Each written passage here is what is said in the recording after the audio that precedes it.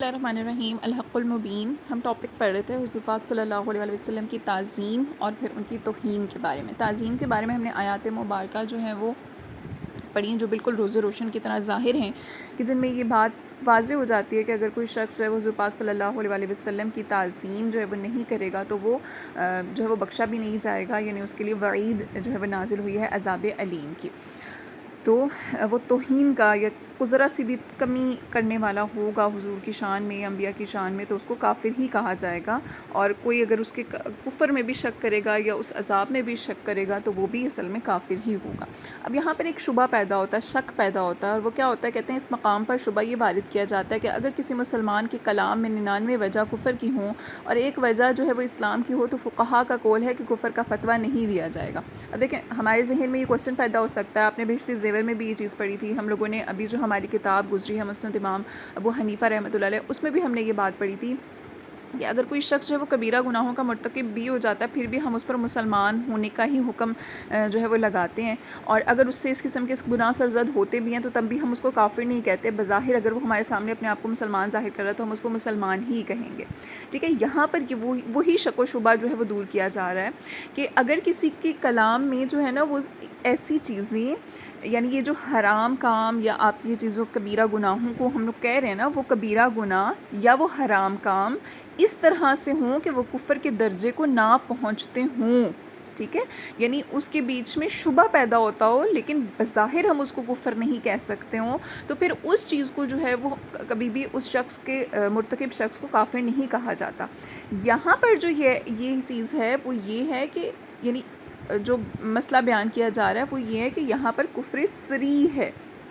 یعنی کوئی ایسا کلام کرنا کہ جس کے بیچ میں یہ چیز جو ہے وہ واضح نظر آ رہی ہے کہ وہ کفر کی حد تک جا رہی ہے، تو اس شخص پر محض احتمال نہیں ہم کریں گے بلکہ اس پر جو ہے وہ کفر کا فتویٰ لگایا جائے گا۔ اب یہی چیزیں آپ کو مثالوں سے سمجھائی جا رہی ہیں، یہ 3 سے 4 اگلے مزید جو ٹاپکس ہیں یہ اسی ٹاپک سے ریلیٹڈ آ جاتے ہیں، تو ہم آج ان کو اکٹھا پڑھ لیتے ہیں۔ کہتے ہیں اس کا ازالہ یہ ہے، یعنی یہ جو شک شبہ پیدا ہوتا ہے اس کو ہم کیسے دور کر سکتے ہیں، تو اس کو دور کرنے کا طریقہ یہ کہ کہتے ہیں یہ جو قول آپ نے کہا ہے نا وہ اس تقدیر پر ہے کہ کسی مسلمان کے کلام میں 99 وجہ کفر کا صرف احتمال ہو،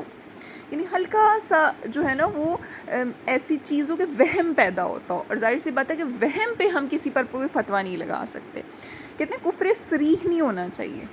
ٹھیک ہے، یعنی جو 99 وجہ آپ کہہ رہے ہیں نا کہ اگر کسی شخص کے کلام میں 99 وجہ جو ہے وہ کفر کا احتمال ہوگا، وہم ہوگا، تو پھر ہم اس کو کافر نہیں کہیں گے، وہم کی بنیاد پر ہم کسی پر کوئی فتویٰ نہیں لگائیں گے۔ لیکن جو کلام مفہوم توہین میں صریح ہوتا ہے اس میں کسی بھی وجہ کو ملحوظ رکھ کر تعویل کرنا جائز نہیں ہوگا، اس لیے کہ لفظ صریح میں تعویل ہو ہی نہیں سکتی۔ دیکھیں ہم لوگوں نے پڑھا تھا نا کہ اگر کوئی ایسا لفظ بول دیا جاتا ہے جو بالکل اپنے معنی میں برحق ہوتا ہے، یہ شاید ابھی آپ لوگوں نے یہ چیز نہیں پڑھی، ہم لوگ کتاب الطلاق میں بھی اس کا ذکر پڑھیں گے کہ لفظ طلاق جب بول دیا جاتا ہے تو وہ اتنا زیادہ صریح ہو جاتا ہے، اتنا زیادہ اس کا معنی واضح ہو جاتا ہے کہ ہمیں مزید کسی بھی وضاحت کی ضرورت نہیں رہتی۔ آپ لوگوں نے اصول الشاشی میں سچ اس کے بارے میں پڑھا ہوگا، صریح کنایہ کے جو الفاظ ہوتے ہیں، تو صریح الفاظ جو ہوتے ہیں ان کے بیچ میں کسی نیت کا اعتبار نہیں کیا جاتا، اس میں کسی بھی جو ہے نا وہ تعویل کا احتمال نہیں کیا جاتا، اس میں کسی بھی چیز کی ہمیں وضاحت کی ضرورت نہیں ہوتی، بس ایک بات کہہ دی تو کہہ دی، یعنی اگر کسی شخص نے اپنی بیوی کو طلاق کا لفظ بول دیا تو اب ہم وہاں یہ نہیں دیکھیں گے کہ نہیں جی اس کی نیت کیا تھی، وہاں پر حالات کیا تھے، یا وہاں وہ کس کنڈیشن میں تھا۔ ہاں پاگل پن یا اس چیز کو ہم اس میں نہیں لے کر آتے، لیکن عاقل بالغ جو شخص ہوتے ہیں ظاہر سی بات ہے کہ ان پر یہ ہم حکم جب دیکھ رہے ہوتے ہیں تو وہاں پر یہی حکم لگ رہا ہوتا ہے کہ جب اس نے لفظ صریح بول دیا تو اٹس مین کہ طلاق واقعہ ہو گئی، تو یہاں پر بھی یہی معنی ہوگا کہ جب وہ صریح الفاظ استعمال کر رہا ہے جس کو سننے سے واقعی یہ چیز شائبہ نکل رہا ہے کہ ہاں جی بالکل اس نے جو ہے وہ کفر کے الفاظ بولے ہیں، تو اب چاہے وہ تعویلیں کرتا رہے، اب چاہے جو ہے وہ حالات کو جو ہے وہ بہانہ بنائے، اب وہ چاہے جو ہے وہ اپنے نیت کو یہ کہے کہ میری نیت ایسی نہیں تھی، یا کوئی بھی ایسا بہانہ ہو، تو وہ اس چیز کو قابل قبول وہ نہیں ہوگا۔ کہتے ہیں جو اکفار الملحدین کے صفحہ 72 پر علماء دیوبند کے مقتدی مولوی انور کاشمیری لکھتے ہیں۔ اب دیوبندیوں کے خلاف دیوبند جو ہوتے ہیں وہی اس بارے میں یہ بات کر رہے ہیں کہ نہیں جی اگر 99 وجہ جو ہے وہ کفر کی ہوں گی تو اگر ایک وجہ بھی اس کے اندر اسلام کی ہوگی تو اس کو مسلمان ہی کہیں گے، تو ان کے اپنے جو مقتدی ہیں، ان کے اپنے جو امام ہیں، ان کا کیا قول ہے وہی یہاں پر دلیل کے طور پر پیش کیا جا رہا ہے کہ مولوی انور کاشمیری لکھتے ہیں کہ قال حبیب ابن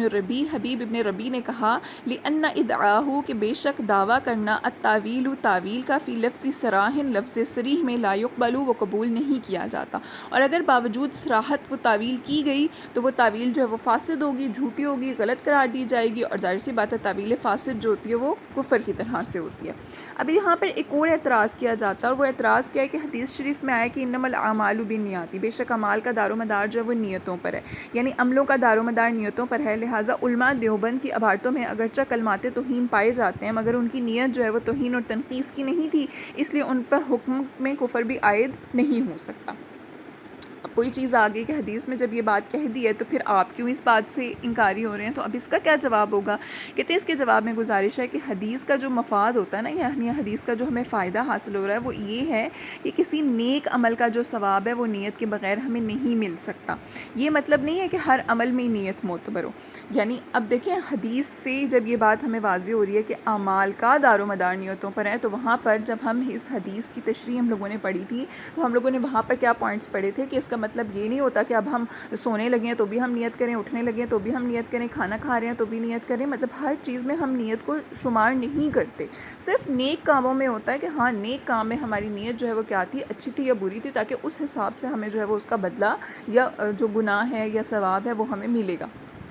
تو یہی چیز یہاں پر بیان کی گئی ہے کہ یہ مطلب نہیں ہوتا کہ ہر عمل میں ہی نیت معتبر ہو، کہ ہر عمل میں ہی نیت کا جو ہے وہ اعتبار کیا جائے۔ کہتے ہیں اگر ایسا ہو تو کفر و الحاد جو ملحد سے بنا ہے، یعنی جو بے دین شخص ہوتا ہے اس کو یہ کہا جاتا ہے۔ ویسے دہریہ کو بھی یہ بات جو ہے وہ ان کے بارے میں بھی الحاد یا ملحد کا لفظ استعمال کیا جاتا ہے۔ اچھا، اور توہین و تنقیص سے نبوت کا دروازہ کھل جائے گا، یعنی اگر کوئی شخص یہ کہہ دے نا کہ نہیں جی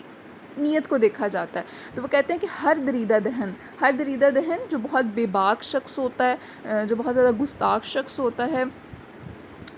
اس کے بارے میں، یا جو بہت منہ پھٹ شخص ہوتا ہے، ٹھیک ہے، وہ جو چاہے گا کہتا پھرے گا، جب گرفت ہوگی یعنی جب اس کو پکڑا جائے گا تو صاف کہہ دے گا کہ میری نیت توہین کی نہیں تھی۔ یعنی اس صورت میں تو وہ یہ کہتے ہیں نا کہ اگر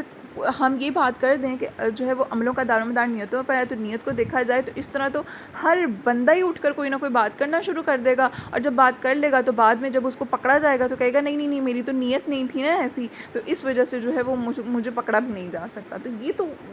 کہہ لیں کہ اس سے تو کہتے ہیں کہ ایک توہین کا دروازہ کھل جائے گا کہ جس میں ہم لوگ کسی بھی شخص کو منع کر ہی نہیں سکتے اور کوئی پکڑ ہو ہی نہیں سکے گی۔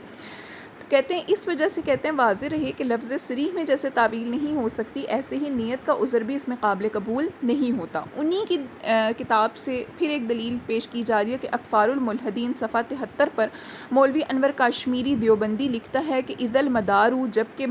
دار و مدار فی الحکم بالکفری، کفر کے حکم کا علی الظواہری ظاہر حال پر ہوتا ہے، یعنی ظاہری جو اس کی صورت نکل رہی ہوتی ہے نا اس پر ہم کفر کا حکم لگاتے ہیں۔ ولا نظر، اور نہیں نظر کی جائے گی، للمقصود مقصد پر، والنیاتی اور نیتوں پر، ولا نظر اور نہ ہی نظر کی جائے گی، لقرائن حال ہی اس کے قرائن حال پر۔ تو صاف ان کے جو ہے وہ پوائنٹ سے یہ بات واضح ہو رہی ہے، انہوں نے جو بات بیان کی ہے کہ جو کفر کے حکم کا دار و مدار ہے نا وہ ظاہری صورت پر ہوتا ہے، یعنی ظاہر میں کسی نے بھی کوئی بھی چیز بول دی تو بس اس پر جو ہے وہ کفر کا فتویٰ جو ہے وہ لگایا جا سکتا ہے ظاہری حال کو دیکھتے ہوئے۔ یہ نہیں دیکھیں گے کہ اس کے دل میں کیا تھا، یا اس کا مقصد کیا تھا، یا اس کی نیت کیا تھی، یا اس وقت حالات کیسے تھے، ان چیزوں کو وہاں پر غور و فکر نہیں لایا جا سکتا۔ نیز اسی اکفار الملحدین کے صفحہ نمبر 86 پر ہے کہ وقد ذکر العلماء، اور تحقیق علماء نے ذکر فرمایا کہ ان التحورہ، کہ بے شک جرت کرنا، دلیری کرنا، فی ارض الانبیاء، انبیاء کی شان میں، وان لم یقصدی، اگرچہ اس کا قصد نہ ہو، اگرچہ اس کا ارادہ نہ ہو، السب، توہین کرنے کا، کفرن، وہ کفر ہی شمار ہوگا۔ تو ان کے اپنے ہی اقوال جو ہیں وہ انہی کے خلاف ہو جاتے ہیں، جس میں ان کے اپنے ہی اس اعتراض کا رد ہو جاتا ہے۔ اچھا، پھر اب ایک یہی جو توہین والا ٹاپک ہے نا، اسی میں آپ دیکھیں تو اگلا جو توہین کا تعلق عرف عام اور محاورات ہے، اس سے جو اگلا ٹاپک بن رہا ہے پہلے آپ وہ پڑھ لیں، کیونکہ اس میں بھی نیت کے بارے میں ہی بات کی گئی ہے، ٹھیک ہے، پیج نمبر 18 پہ، کہ توہین رسول صلی اللہ علیہ وسلم میں قائل کی نیت کا اعتبار نہیں ہوتا۔ اس بارے میں کہتے ہیں ناظرین کرام کی خدمت میں گزارش ہے کہ وہ توہینی عبارات پڑھتے ہوئے یہ خیال بھی دل میں نہ لائیں کہ قائل کی نیت توہین کی ہے بھی ہے یا نہیں، اس لیے کہ رسول اللہ صلی اللہ علیہ وسلم کی شان میں توہین آمیز الفاظ بولتے وقت نیت کا اعتبار نہیں ہوتا، اور کلمہ توہین بہر صورت توہین کا سبب ہو سکتا ہے، یعنی اگر صرف ایسا کلمہ بول دیا، چاہے دل میں نیت تھی یا نہیں تھی، پھر بھی وہ توہین ہی کہلائے گی. تو کہتے ہیں ایسی صورت میں بغیر نیت توہین کے بھی اس کلمے کو بولنا یقیناً موجب توہین ہی ہوگا. کہتے ہیں دیکھیے صحابہ کرام علیہم الرضوان کہ رسول اللہ صلی اللہ علیہ وسلم کو نہ نیت تعظیم رائنہ کہہ کر خطاب کیا کرتے تھے، لیکن یہودی چونکہ اس کلمہ کو حضور کے اچھا یہ نہ نیت نہیں ہے بنیت ہے، ٹھیک ہے، بنیت تعظیم رائنہ کہہ کر خطاب کیا کرتے تھے، لیکن یہودی چونکہ اس کلمے کو حضور کے حق میں بنیت توہین استعمال کرتے تھے یا ادنا تصرف سے اس کو کلمہ توہین بنا لیتے تھے، اس لیے اللہ تعالیٰ نے صحابہ کرام کو بھی رائنہ کہنے سے منع کر دیا. یعنی حضور پاک صلی اللہ علیہ وسلم کے لیے کیا ارشاد فرمایا کیا کہ لا تقول آئی تھنک آیت تھی لا تقولوا رائنہ، کہ تم لوگ رائنہ نہ کہا کرو بلکہ انظرنا، بلکہ انظرنا کہا کرو. تو اب یہی چیز اس کی جب آپ اگر تفسیر پڑھیں تو اس کے بیچ میں یہی حکم ہے کہ اللہ تعالیٰ نے جو ہے وہ صحابہ کرام جو ہے نا وہ حضور پاک صلی اللہ علیہ وسلم کو رائنہ کہہ کر مخاطب کیا کرتے تھے. رائنہ کا جو ہے نا وہ معنی وہ اپنی نیت کیا کرتے تھے کہ ہماری طرف جو ہے نا وہ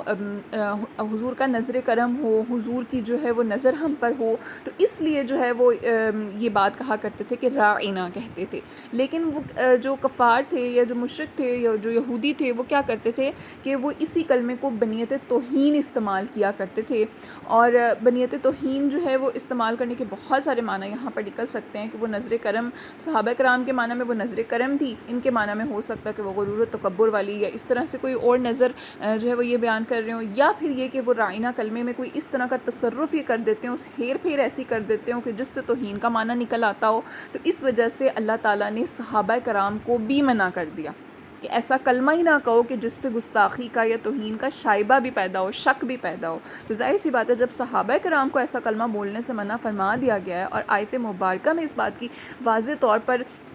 جو وہ تصریح موجود ہے کہ صرف اور صرف نیت کی وجہ سے ہم کسی کو کوئی لفظ نہیں کہہ سکتے، کیونکہ صحابہ کرام کی نیت تو غلط نہیں تھی نا، پھر بھی انہیں روک دیا گیا، تو اس کا مطلب یہ ہوگا کہ قائل کی نیت کا اعتبار جو ہے وہ نہیں ہوگا. تو اس لیے کہتے ہیں اللہ تعالیٰ نے صحابہ کرام کو رائنہ کہنے سے منع کر دیا، اور اس حکم کے بعد اس کلمے کا حضور کے حق میں بولنا توہین اور موجب عذاب علیم قرار دے دیا. تو معلوم یہ ہوا کہ بنائے زمانہ کی رقیق تعویلوں، رقیق کہتے ہیں باریک تعویلوں سے ساخت نبوت جو ہے وہ بہت بلند و بالا ہے، اور معدلین یعنی یہ جو دلائل دیتے ہیں ان کی جو من گھڑت تعویلات ہیں ان کو توہین کے جرم عظیم سے نہیں بچا سکتی، جیسا کہ وہ انور شاہ کاشمیری کے جو یہاں پر بیانات جو ہیں وہ خود ہی نقل کیے گئے ہیں جو انہی کے خلاف استعمال ہوتے ہیں. ٹھیک ہے، تو دو ٹاپکس ہو گئے ہمارے. ایک ٹاپک تو یہ ہو گیا کہ جس کے بیچ میں چاہے اگر کسی شخص کے پاس 99 وجہ کفر کی ہوں اور ایک ہی وجہ اسلام کی ہو تو اس کو ہم مسلمان نہیں کہیں گے. کیوں؟ کیونکہ وہاں پر کفر کی جو وجہ ہیں وہ ان کا احتمال نہیں ہے، وہم نہیں ہے، بلکہ وہ کفر صریح ہے. تو جب کفر صریح ہوگا تو پھر وہ واضح ہو جائے گا اس چیز پر کہ اس پر جو ہے وہ کفر کا فتویٰ ہی لگایا جائے گا، کیونکہ صریح الفاظ میں کسی بھی قسم کی تعویل کی گنجائش نہیں رہتی. دوسری چیز یہ کہ صریح الفاظ میں کسی بھی قسم کی نیت کی بھی گنجائش جو ہے وہ باقی نہیں رہتی کہ یہ کہا جائے کہ اچھی نیت تھی یا بری نیت تھی. تیسرا ٹاپک یہاں پہ آ جاتا ہے کہ عرف عام یا محاورات میں. اب دیکھیں اگر کوئی شخص جو ہے وہ ایسا کلمہ بول دیتا ہے جس سے بظاہر جو ہے وہ معنی وہی نکل رہا ہے توہین والا، تو نہ تو اس میں کوئی تعویل مانی جائے گی، نہ ہی اس کے بیچ میں کوئی نیت کا اعتبار کیا جائے گا، اور تیسری چیز ہم نے پڑھی کہ نہ ہی اس کے بیچ میں جو ہے وہ اس چیز کا اعتبار کیا جائے گا کہ ہم قرینے وغیرہ دیکھیں. قرینے سے مراد کیا ہے کہ دیکھیں بعض اوقات ایسے کلمات ہوتے ہیں کہ جہاں پر ہم اس کو عام زندگی میں یا محاوروں میں جب ان کا استعمال کرتے ہیں نا تو وہاں پر ان کا معنی اچھا ہوتا ہے، ٹھیک ہے، لیکن بعض اوقات کچھ صورتیں ایسی ہوتی ہیں کہ وہیں پر اگر ہم ان محاوروں کو استعمال کریں گے، یعنی حالات کیونکہ الگ ہو جاتے ہیں نا، تو اس کے بیچ میں اگر انہی الفاظ کو استعمال کریں گے تو وہاں پر اس کا معنی گستاخی والا نکلے گا. کیونکہ عرف عام میں عام الفاظ میں ہم ان کا جو معنی لے رہے ہوتے ہیں وہ نہیں ہوتا جو محاوروں میں ہوتا ہے، کیونکہ محاورے میں بعض اوقات کسی لفظ کا الگ مطلب ہوتا ہے اور ہمارے عام جو چیزیں ہوتی ہیں اس کے بیچ میں اس کا مطلب الگ سے ہوتا ہے. ٹھیک ہے، تو اس کی وضاحت ابھی ایک مثال پڑھیں گے تو آپ کو زیادہ بہتر طریقے سے سمجھ آئے گی. صرف یہ چیز ذہن میں رکھیں کہ عرف عام میں اگر کسی لوگوں میں جو الفاظ کا معنی مشہور ہے اسی پر عمل کیا جاتا ہے. ٹھیک ہے، جیسے کہ آپ نے حدیث مشہورہ یا الفاظ جو مشہور ہو جاتے ہیں، جو رائج ہو جاتے ہیں، جن کا وہ معنی وہ اسی طرح سے لیے جاتے ہیں. یہ نہیں ہوتا کہ اس کا جو ہے وہ ایسا معنی ڈھونڈا جائے کہ جو لغت میں کیا تھا، عرف عام میں جو اس کا معنی مشہور ہو گیا ہوگا ہمیشہ اسی پر عمل کیا جائے گا. تو بعض لوگ کلمات توہین کے معنی میں قسم قسم کی تعویلیں کرتے ہیں، لیکن یہ نہیں سمجھتے کہ اگر کسی تعویل سے معنی مستقیم بھی ہو جائیں، یعنی سیدھے سمجھ بھی آ جائیں، اور اس کے باوجود عرف عام اور محاورات اہل زبان میں اس کلمہ سے توہین کے معنی مفہوم ہوتے ہوں، تو وہ سب تعویلات بیکار ہوں گی۔ اب اس کی وضاحت آپ کو سمجھ کیسے آئے گی؟ مثال لے لیتے ہیں۔ مثلاً ایک شخص اپنے والد یا استاد کو کہتا ہے کہ آپ بڑے ولد الحرام ہیں۔ اب دیکھیں، حرام کا معنی ہمارے عرف عام میں الگ ہے، اور اگر کسی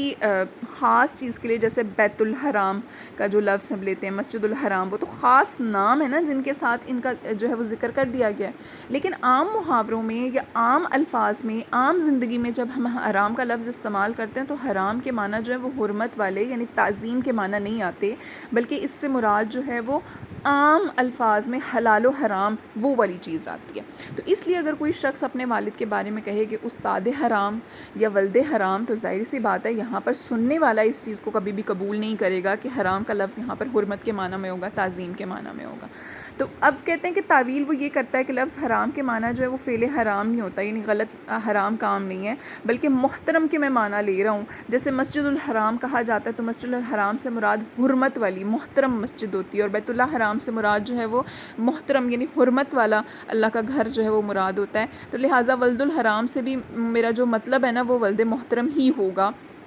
اور اس کا معنی یہ ہوگا کہ آپ بڑے ولد محترم ہیں، یعنی میرے جو والد ہیں وہ بہت احترام کے قابل ہیں۔ تو یقیناً کوئی اہل انصاف کسی بزرگ کے حق میں اس تعویل کی روح سے لفظ ولد الحرام بولنے کو قطعاً جائز نہیں کہے گا، اور ان کلمات کو بربنائے عرف و محاورات، بربنائے یعنی عرف و محاورات کی بنیاد پر اہل زبان جو ہیں وہ اس کو کلمات توہین ہی قرار دے گا۔ تو اس لیے کہتے ہیں ناظرین کرام سے یہ درخواست کریں گے کہ وہ علماء دیوبند کی توہین آمیز عبارات پڑھتے وقت اس اصول کو پیش نظر رکھتے ہوئے یہ دیکھیں کہ عرف و محاورہ کے اعتبار سے اس عبارت میں توہین ہے یا نہیں ہے، یعنی محاورے کے اعتبار سے یا عرف عام میں جو اس کے معنی رائج ہوں گے اسی کے مطابق ہی کفر یا اسلام کا جو فتویٰ ہے اس پر دیا جائے گا۔